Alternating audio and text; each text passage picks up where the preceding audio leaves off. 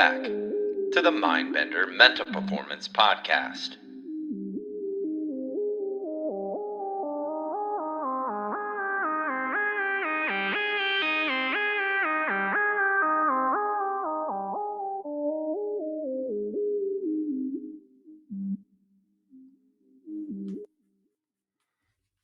My brother turned 40 last weekend. I'm at the party. I had one of our mutual buddies come up to me. Udine Woodruff is his name. And he asked me, hey, man, are you going to do a full point on your hat? The answer is maybe. I might go fishing. I might do some rat hunting. I got some friends that have some citrus trees. You never know. The same guy coincidentally asked me about the pointed bill, which is a little bit cheeky of a comment, right? Because I'm going flat bill on field. I might go rounded lifestyle, but I'm always wearing the fast-faced blades. I don't have slow-face sunglasses unless I'm in Turks and Caicos. I then proceeded to go outside. I Irish goodbyed him by videotaping him from the outside playing with my brother's dog. Sent him the video, left, Irish goodbye, and said, watch your six. See you on the other side. And speaking of the Irish, I think the great Enrique Byroness, the old Scottish war horse himself, might be heading into Las Vegas, bright lights in big city, for an LTP tournament this weekend. Coach E heading out there with the boys. Speaking of coaching, today we're diving deep into part 3 of our series, breaking down coaching the mental game by the great and powerful pioneer of the mental game. When you know, you know.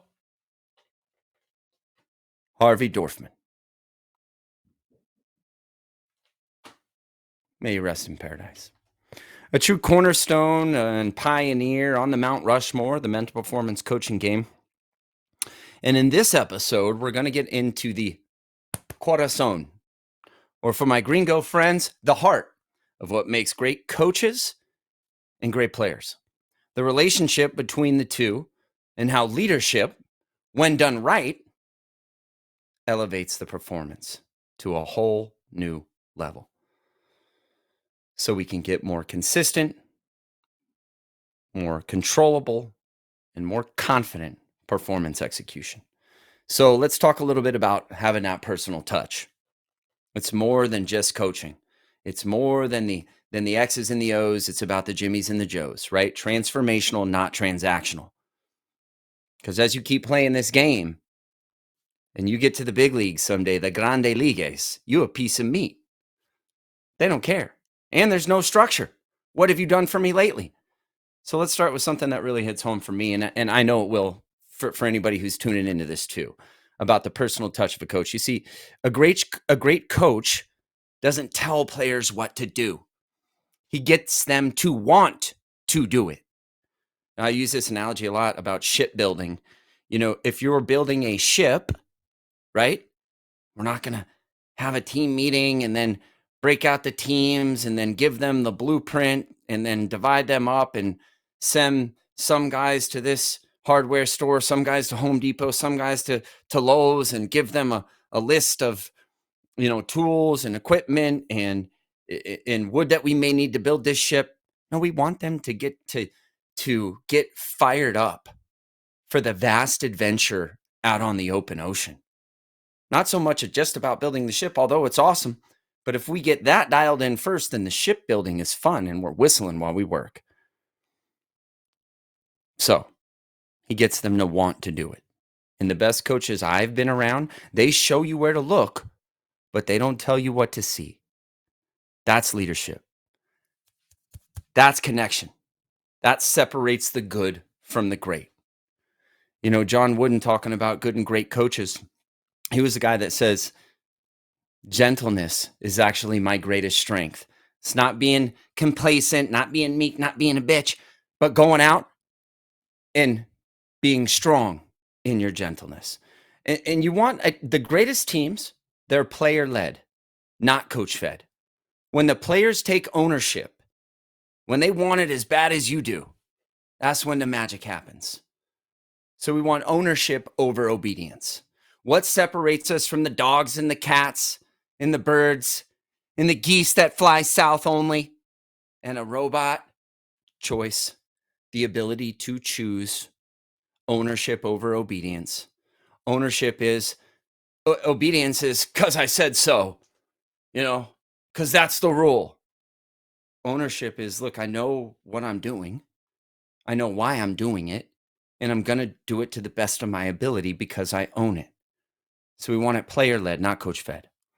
Let's talk a little bit about positional power and personal power. And that's where the real influence comes from. So I think Dorfman in the book, Coaching the Mental Game, hits the nail right on the head when he talks about power. Positional power can get you compliance, right? You want guys to be compliant, but personal power, that's where you change lives. That's where guys are affected when they're 35, 40 years old and still remember what they were taught on a 10U baseball team, or if they were a 10-year big leaguer. Same system, maybe different delivery. It's not about begging or coercing. It's about understanding what drives each individual athlete from the inside out. You have to sail the right ships. We talked about this in the last episode. Relationships, leadership, championships, in that order. Different players, different backgrounds, different motivations. You sit in a group, you sit with the team and say, what's it mean to be a player here? Oh, we're like a family. There's 30 guys in the room. Family can mean a lot of different things to a lot of different guys. So we've got to clearly define what it means. Different backgrounds, different motivations. Our job as coaches is to figure that out, right? It's easy to get stuck in the past thinking about how things were, but the truth is we've got to coach today's players, how they are now. Oh, the today's players lack the grit and toughness of the old school guys. I don't know. I don't think that's true. I think as coaches, we've got to draw the line. So we've got to understand the individual too. The dude out there, right? Let's get real for a fucking minute. We've all seen the player, the dude mentality. He's got a nipple ring, maybe paints his nails, right? Wearing 12 chains, the whole deal. I've seen it all. Now, Dorfman reminds us in the book not to get caught up in appearances. We've got to dig deeper. What's motivating that player? What's going on in his world? Oftentimes, we as coaches don't go into players' worlds. We just take them into our world. We can't coach everyone the same. One dude needs a pat on the back. Another guy needs a challenge, man. All right? And our job as coaches is to figure out what makes them tick, what moves the meter for them. This is where you find out who they really are beneath the surface.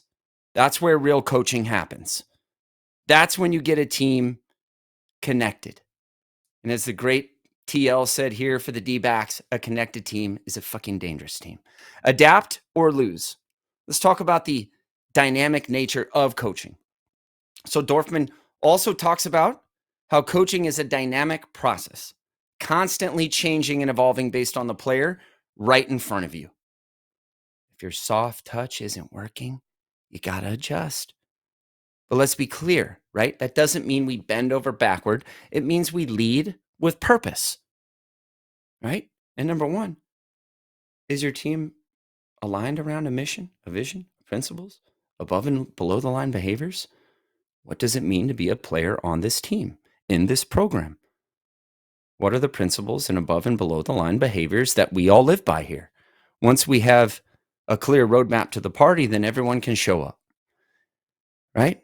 There are moments in life, just like in the game, where we've got to make decisions. And decision fatigue can be greatly reduced when a program has a mission, vision, principles, right? Core principles that are the guiding lights for the program, as well as above and below the line behaviors.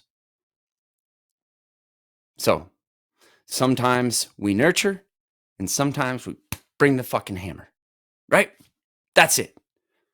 And you got to have the feel to know when to. Knowing the right moment for each one, that's what makes you a great coach. Let's talk a little bit about identity versus position and staying true to yourself. Another really powerful point that Dorfman makes is about the tension between who we are and the roles we play, right? As a coach, it's easy to get wrapped up in the position, the title, the expectations.